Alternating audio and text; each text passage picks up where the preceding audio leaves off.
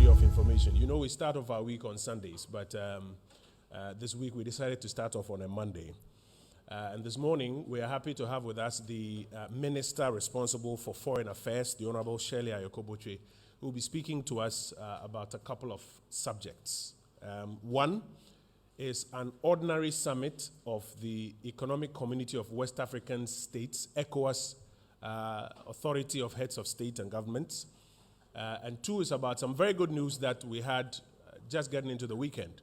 That is the election of Ghana onto the United Nations Security Council. Why have we been elected there, by the way? What are we going to do there?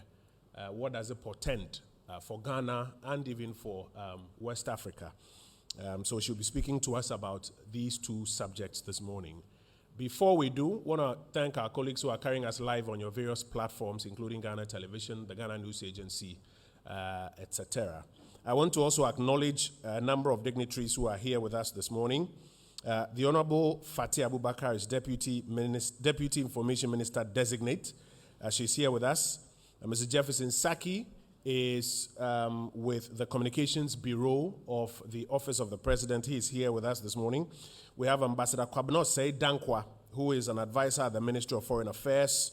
The Chief of Protocol, Ambassador Emmanuel Entry, also here with us.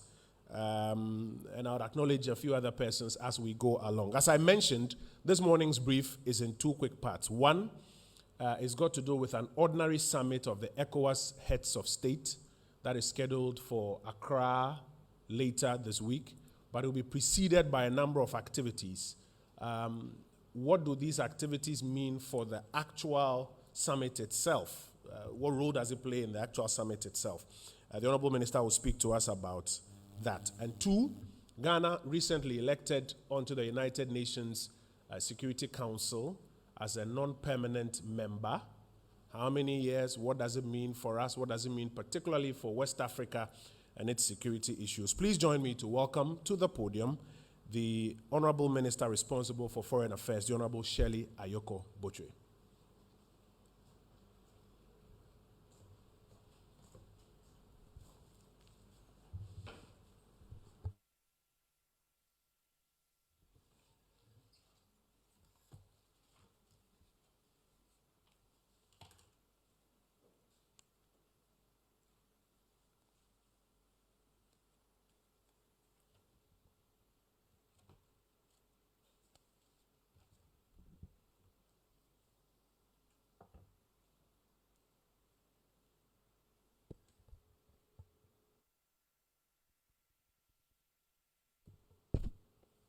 Thank you very much, Honorable Minister. Honorable Deputy Minister Designate, Ambassador Osei Dankwa, Directors of the Ministry of Foreign Affairs, I also acknowledge Mr. Jefferson from the Presidency, and each and every one of you here present, distinguished friends from the media. I'm pleased to address you this morning on two topics as enumerated by the Minister for Foreign Affairs. The first is on the mid-year statutory meetings of ECOWAS. And these meetings will be held here in Accra from tomorrow, Tuesday, the 15th of June, to Saturday, the 19th of June. Let me at the outset thank Honorable Minister for Information for providing us with this platform to inform Ghanaians about the forthcoming meetings. Minister, I believe that at some point the police will brief us, if not today, before the summit at least, on the movements of people, because we're expecting about 15 heads of state to be with us on Friday and Saturday.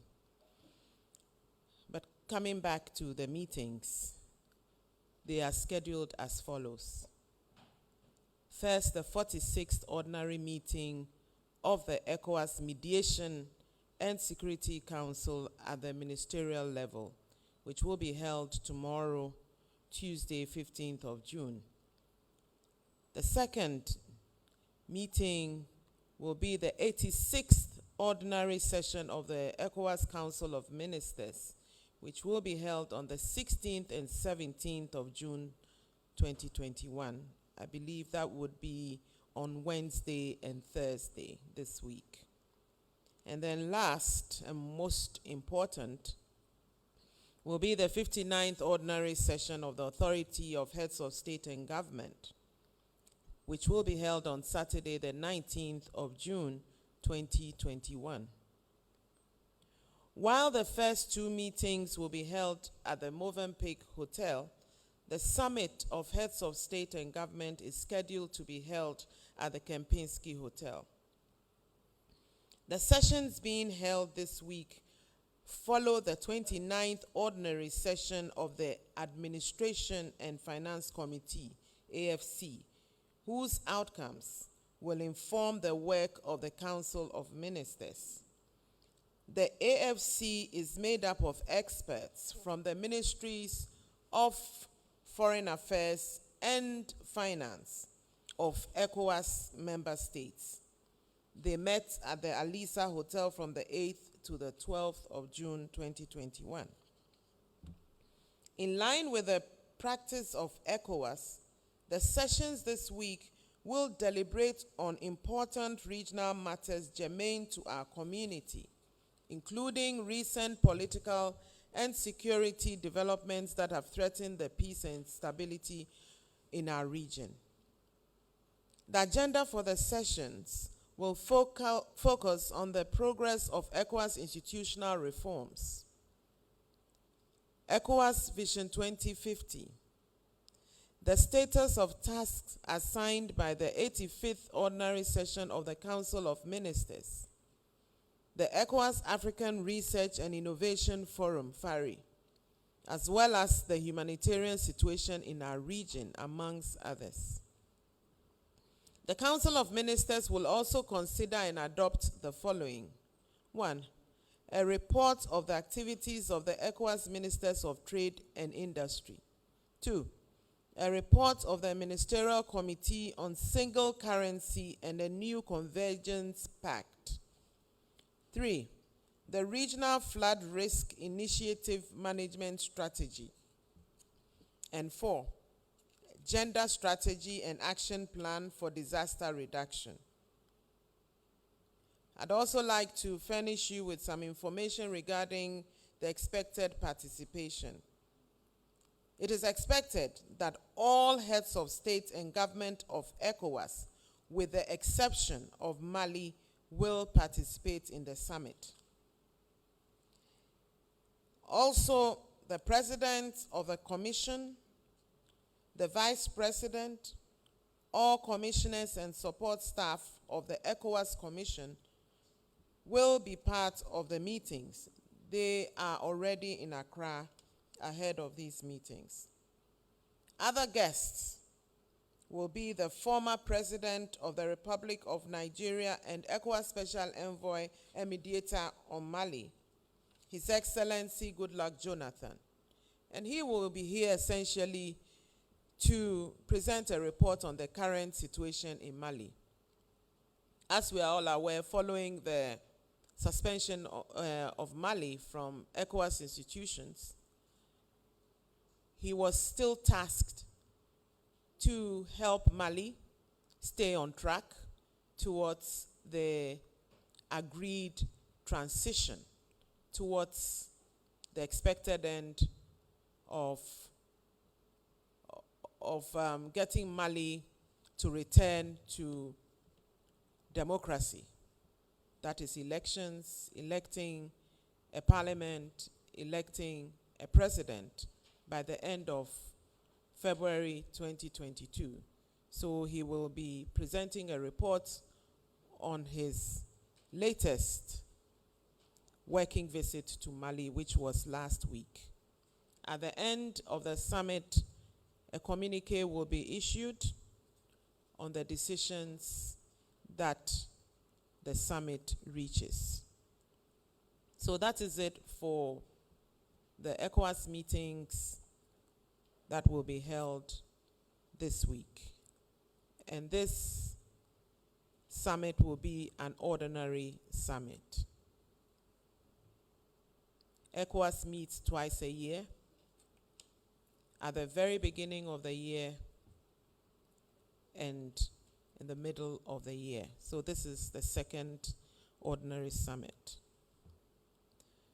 My next briefing will be on Ghana's successful bid for a non-permanent seat on the United Nations Security Council for the period January 2022 to December 2023. So it's for a 2-year period. Distinguished ladies and gentlemen, may I take this opportunity to say a few words about it. We have been elected by the United Nations General Assembly last Friday, the 11th of June, onto the Council, the Security Council, for the period January 22 to December 23. Ghana was the endorsed ECOWAS candidate to the Security Council. 3 candidates are always on the Security Council from Africa. Of the 3 candidates, ECOWAS always is represented. So there's 1 candidate from the ECOWAS region, and then there are 2 other candidates from the 4 other regions. So you have Central and Northern Africa electing 1 or endorsing 1 candidate, and then you have Eastern and Southern Africa also endorsing 1 candidate. And these 3 candidates will be sent to the UN General Assembly where elections are held. Our sessions this week will have significant interlinkages with our role and responsibilities on the Security Council. We chose a theme for our tenure on the Security Council, and our theme is enhancing global peace and security for sustainable and inclusive development. We believe this reflects the vision of ECOWAS to ensure a peaceful and resilient environment for the economic well-being of all our people, so all the community citizens. I wish to express gratitude to the President of the Republic, His Excellency Nana Addo Dankwa Akufo-Addo, for his leadership at the regional, continental, and global levels. This has been key to the goodwill that Ghana enjoys in the United Nations. Also, I wish to acknowledge his key role, the role he played in campaigning for support for our candidacy. I'd also like to use this opportunity to thank staff at the Ministry of Foreign Affairs and Regional Integration, and also the staff in our missions in New York and elsewhere who put in hard work for our success. Indeed, nothing demonstrates the scale of our achievement than the fact that Ghana received the highest number of votes, 185 votes, out of the 190 votes in the room during the elections. And we are very proud of the fact that Ghana still leads the pack of African countries on the international scene.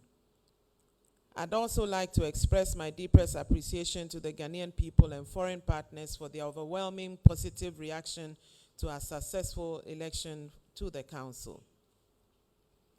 The overwhelming support for Africa confirms the trust we enjoy from member states and their confidence in our contribution to the work of the Security Council over the next 2 years.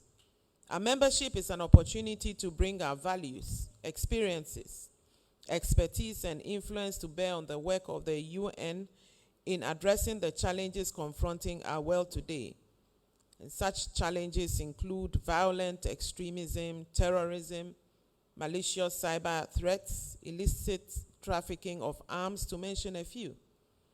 Success in the maintenance of peace and security is key to achieving the SDGs, especially in our region and in our country. We will also use our tenure on the Security Council to advance stronger and deeper collaboration and cooperation between the United Nations and regional bodies in a manner that enhances complementarity, ensure effectiveness of coordinated action, and strengthen burden sharing arrangements with the United Nations in order to mobilize increased financial support for our regional and continental initiatives and peace-building missions. Membership of the Security Council brings both tangible and intangible benefits for Ghana. The pathways that open for close collaboration with development partners and the opportunities to deepen cooperation with key players and actors in the international community should contribute to the ongoing work to achieve our Ghana Beyond Aid agenda. Like I said, there are real and tangible benefits linked to our national interests. We will, at the Council, during our tenure, influence discussions on international peace and security, especially those that affect our continent and West Africa specifically. About 70% of the agenda on the Security Council regrettably relates to Africa. Our being there on the Council will positively influence decisions and actions for the resolution of conflicts on the continent. I give the example of Mali. We have first-hand information. We have been involved. Ghana has been involved. The President has been involved as ECOWAS chair and also as a key member of the African Union. We will, with the experience that we have gathered, sit at the table and not expect that countries that have nothing to do with Africa will take decisions for Africa. But we will be there to bring the African, West African perspectives. It will also open the space for Africa to focus on economic development and continental prosperity, which will be offered by the AFCFTA. So we believe that our being there will also contribute to the discussion on Africa, are coming together to put in place this free trade area, and how other countries can help us to take advantage of this free trade area for our fast and unimpeded growth. For us, this is also important.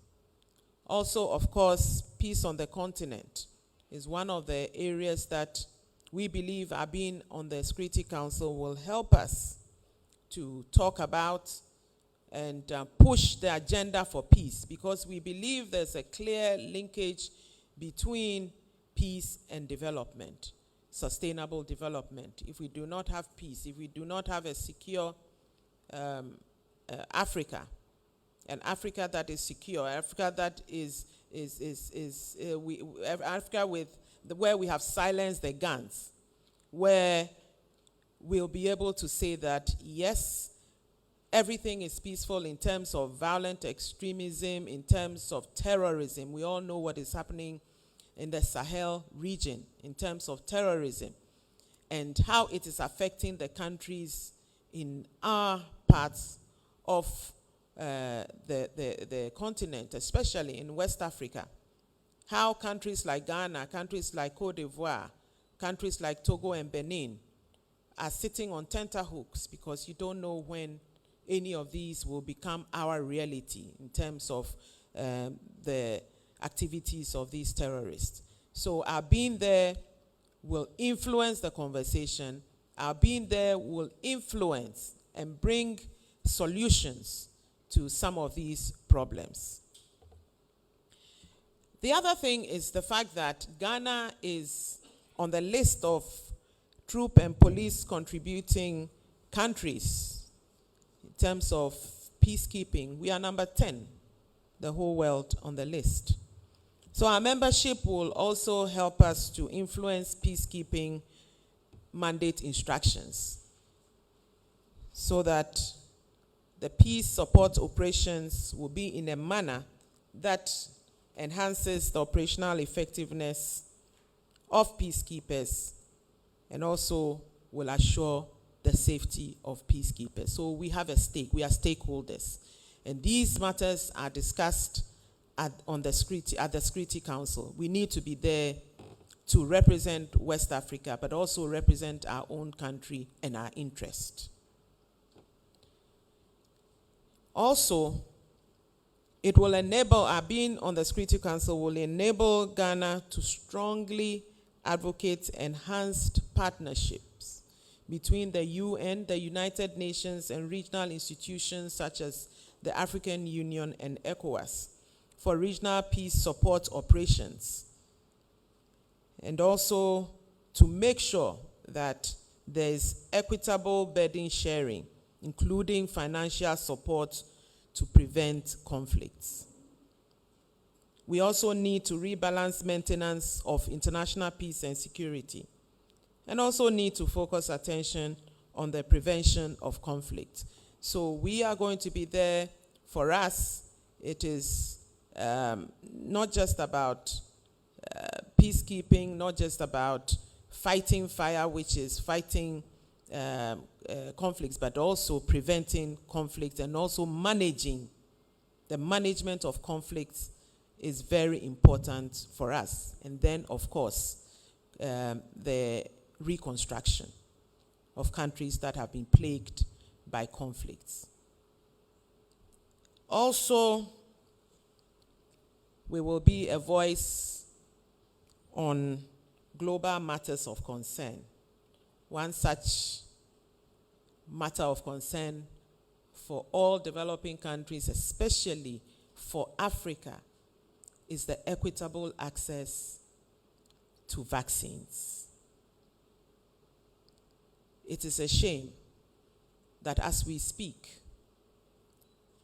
the vaccines that were promised to Africa with a population of 1.2 billion, we have not, as a continent, received anything more than 15 million. Ghana has received 600,000 plus 350,000, so less than 1 million from COVAX. And we believe that it is important because no one is safe until everyone is safe. Today, most of our countries, you have the wherewithal to procure vaccines, but you cannot get the vaccines to buy. Today, we do not manufacture any vaccines on the continent, unfortunately. We were relying on India, unfortunately, because they had their own issues in the upsurge, the spike. All the reliance was, we were not able to realize any purchases from India. And this is not just Ghana, the whole of the continent. So equitable access to vaccines is very important. It's one of the issues that we are going to push for on the Security Council, that we need to be able to manufacture our own vaccines in Africa. Issues of climate change, that's a big one. We in West Africa know what's happening in the Sahel. We know what's happening in the Lake Chad Basin, the Congo Basin. Lake Chad today is 10% of its capacity. As a result, you have movements of people, displaced people in millions. And this in itself is creating conflict, because the same number of people with a reduced capacity of the lake, it means that people have to scramble for access to water. People have moved away across borders in West Africa, coming towards us. You see the nomads with their cattle and the movements and what it brings. We all see the effects of climate change, desertification, droughts, erratic rain patterns. So these are all issues that, although we are not creating the conditions that negatively impact the climate in this continent, we bear the brunt of the negative effects. These matters are going to be, or are issues that are before the Security Council, and we will bring the West African perspectives. Women and youth in sustaining peace. These are also important matters that are discussed at the Security Council.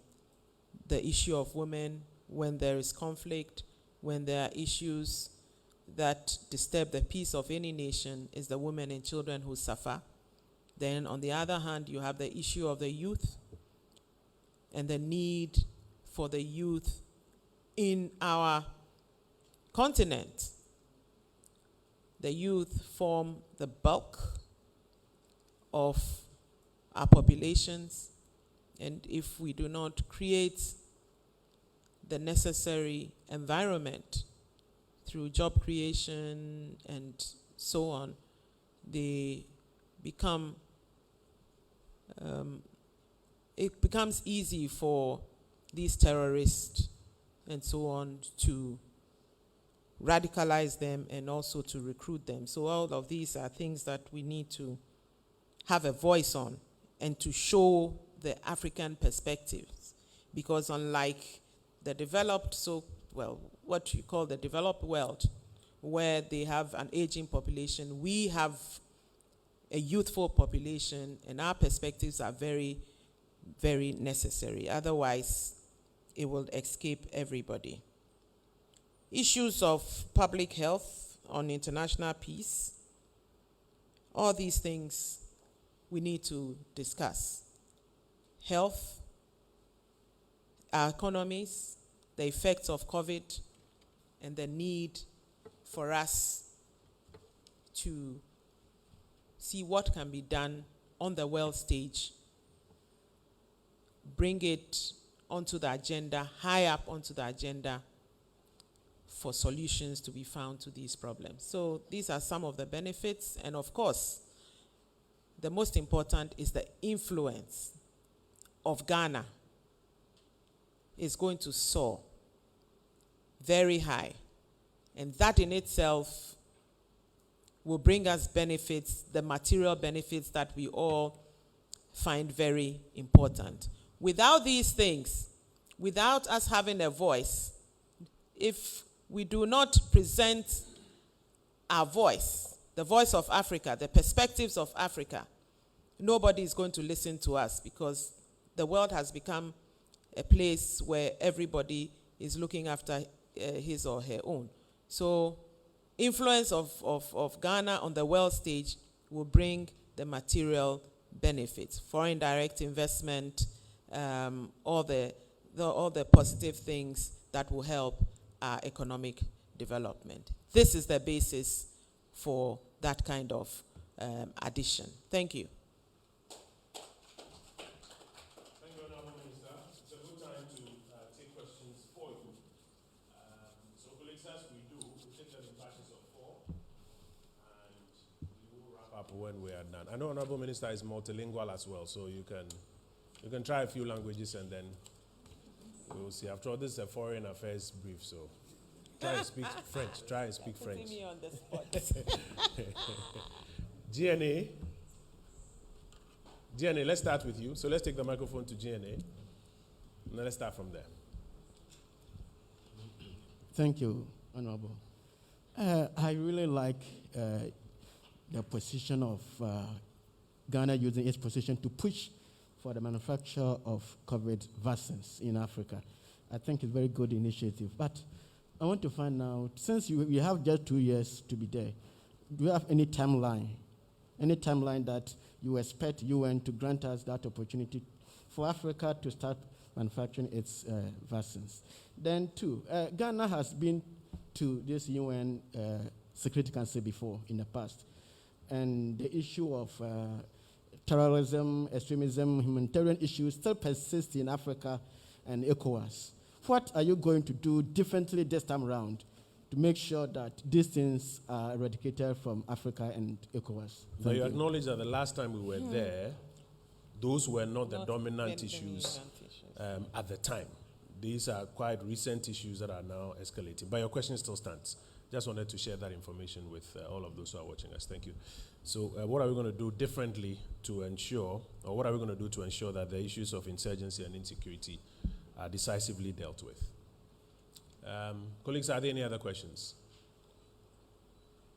The ladies, you know we are biased towards you. If you have questions. Yes, Abednego. Good morning. Good morning, the Chief Diplomat. Your friend Abednego Asante, me Adjuma Wadom FM. My question is, sir, Ghana election to UN Security Council. Now, Bobo Nema be brave, but in person me find out and say, I saw my Ghana no, and for so many benya, a chroma. And I feel so COVID-19 vaccines, you know, President ni address now, yeah, when you know, can I say, put a team together, working on it, say, Obetima Hesi, a Betima manufacture, when you be a Nazi, and Zubetima my update, how far science is now, Akakusi. And then the Africa Continental Free Trade Area, no, UNDP and Ghana Statistical Service, and GIZ, year some survey via Osha agribusiness and as a business is a war country. Less than 10% of crowd what idea about the Africa Continental Free Trade Area. Also, I'm going to hear research, you know, UNDP, Ghana Statistical Service. And GSS, yeah. GSS, and GIZ, a partnership with them. It seems that most of the businesses, you know, almost knew about the African Continental Free Trade. Until at the end, a share now put in place, almost you host a headquarters where I bet my benefits of my economy, no, at my career, Medasi. Yes, yeah, that was it. I'll come to Honorable Minister to take responses. Honorable. Manufacture of vaccines, timelines. It is linked to Abednego's first question on the team put together by the President. Let me say that indeed, there's a team that has been put together. A lot of work has been done by the team on the manufacturing of vaccines, as well as coming up with our own vaccine. I must say that when we were at the European Union in Brussels not too long ago, they gave us indication that they're looking at some countries that will be supported to manufacture vaccines. And a case was made that Ghana should be one of those countries. So it's being looked at. But in terms of timelines, I'm not able to give you timelines because this is not my area, so I cannot give you detailed information on it, but I can assure you that a lot is being done in this area and that Ghana is being looked at as one of the countries for manufacturing of vaccines because already the president has a team in place and they are looking at not just the manufacturing but also coming up with our own vaccines. But what this opportunity on the Security Council gives us is to make our voices heard and also to ensure that Africa is taking seriously that it is not right that Africa, the whole of Africa, a continent of 1.2 billion people, we do not have a vaccine, a manufacturing facility for vaccines supported or under the aegis of the Africa CDC, or even in the case of West Africa, under West Africa Health Organization. So these are being looked at, and it is important that we bring our voice to the table, that it cannot continue like this. We have been told that this is not the last pandemic. This is not the last virus that we will be encountering as humans, but there will be other viruses that will plague humankind. And so we must be prepared. Africa must be prepared. The whole of Africa we were all depending on the Serum Institute in India, and today we are not able to get what we were expecting, what COVAX was expecting. It's important that we also are giving the intellectual rights to be able to manufacture our own vaccines. Minister for Information mentioned, and that is true, that when we were last at the Security Council, the issues of terrorism, violent extremism, and conflicts were not major issues. Today, they are major issues.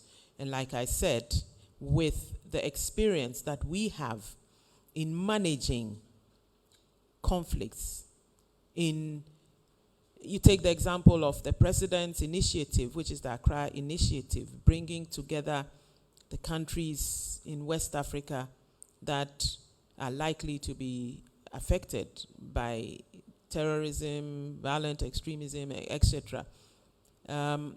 He's been able to do something that has been lacking, which is sharing of information, sharing of intelligence, to be able to work together to stem these ills that plague us as West Africa. So all these experiences, I gave the example of what we've done, the President has done in Mali, and how we are shepherding the process towards back to democratic rule.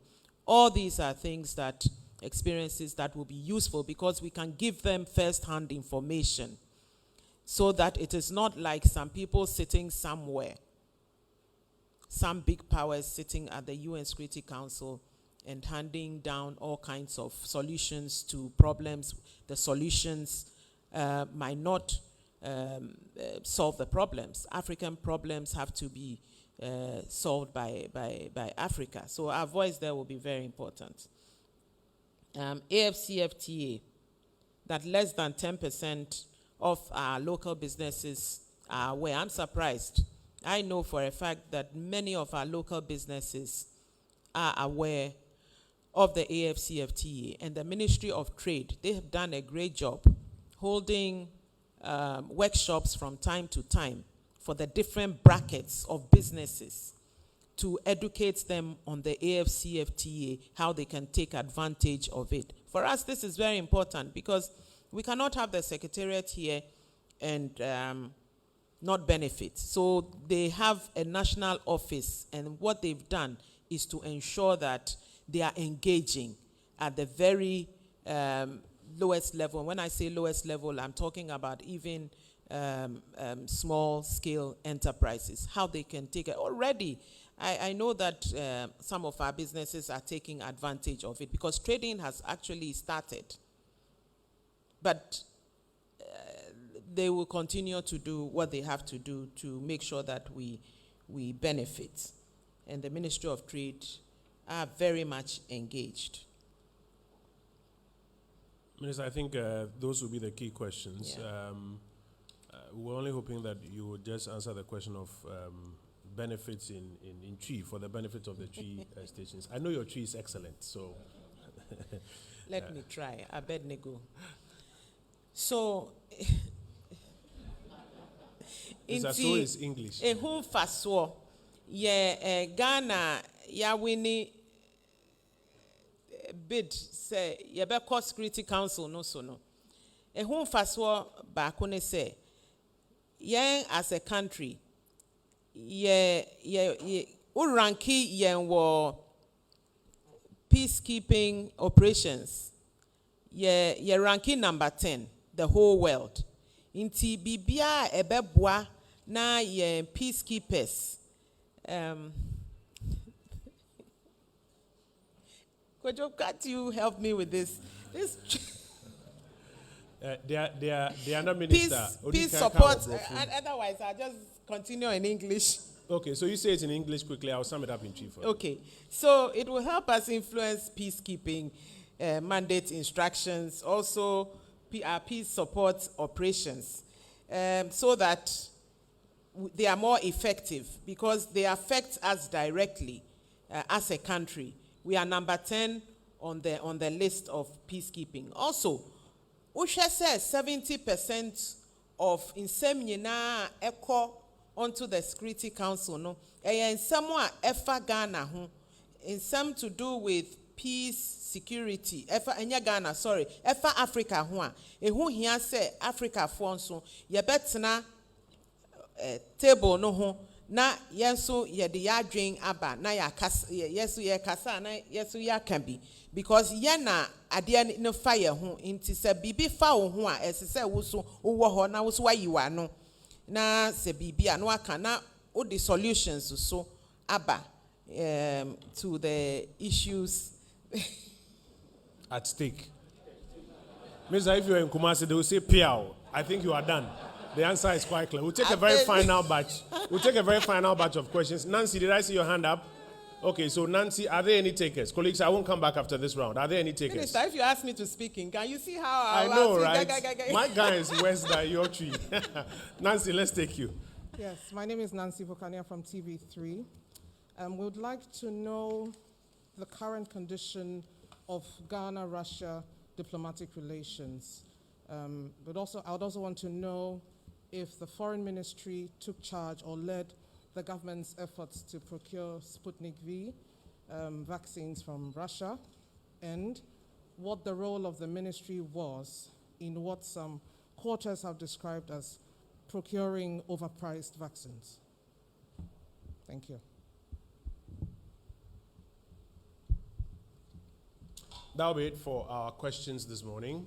Minister will wrap up on this point for us. Minister, some brief comments on this. Thank you very much. Current condition of Ghana's relations with Russia, excellent. We have no problems whatsoever with Russia. Now, when it comes to engagements concerning, say, procurement or whatever, the first step is the Foreign Ministry engaging the embassy here, because Russia is represented by an ambassador. I had discussions with the Russian ambassador on Ghana's desire to purchase vaccines from Russia. Actually, it wasn't just Russia, but we did so with the Chinese as well, also with the Indians. Let's put it in this context, that it is difficult, extremely so, even if you have money to procure vaccines from the source. It is almost impossible. Because just as Ghana is looking for vaccines to buy, all nations are also looking for vaccines to buy. And so it becomes quite difficult to get vaccines even from the source. But I can assure you that we made contact and we still continue to pursue getting the vaccines. It has not been easy at all. Not just for Ghana, but for any of our countries, and not just for Africa, but also for other countries around the world. Whether we were involved, yes, from the beginning we were involved, but I can assure you that it is difficult to procure vaccines directly from manufacturers. And I'll give you an example. The example of India. His Excellency the President actually made calls at his level. I made calls at my level. Apart from speaking to the High Commissioner, I made calls at my level. It was just impossible to get these vaccines. So that's what I can say. This is what you asked me, my involvement. But whatever decision government takes, the responsibility is all of us. So it's a collective responsibility, and it's a collective decision that was taken. And government will only take that decision if all avenues are closed to it. But we continue to pursue the purchase of vaccines from the source. But I can assure you that it's almost impossible. I speak with foreign ministers around the world. I know that health ministers around the world are all frustrated, very much so. And it looks like until all the big countries are able to vaccinate their populations and then free whatever to COVAX, it's going to be difficult. Thank you. Thank you, Minister. And that's why you made the point earlier that even the vaccine equity conversation is part of the Correct. things that Ghana seeks to bring onto the international platform. Minister, I want to thank you that you've made time this morning. We know you just arrived from New York quite recently, but you have made time to be with us this morning and to answer questions and to speak to the country on these two briefs. We want to thank you. Colleagues, later during the week, so as Minister takes her seat, let me inform you that later during the week, the Ghana Police Service, MTTD, will join us, and they will give us a quick update of what this means for traffic flow and what kind of cooperation we are all required to bring to bear so that we have a smooth summit this week in Accra. I want to thank you for being with us this morning, and we'll wish you all the best. I think on Wednesday we shall re-engage with you for some other briefs. Minister, thank you so much, and congratulations once again.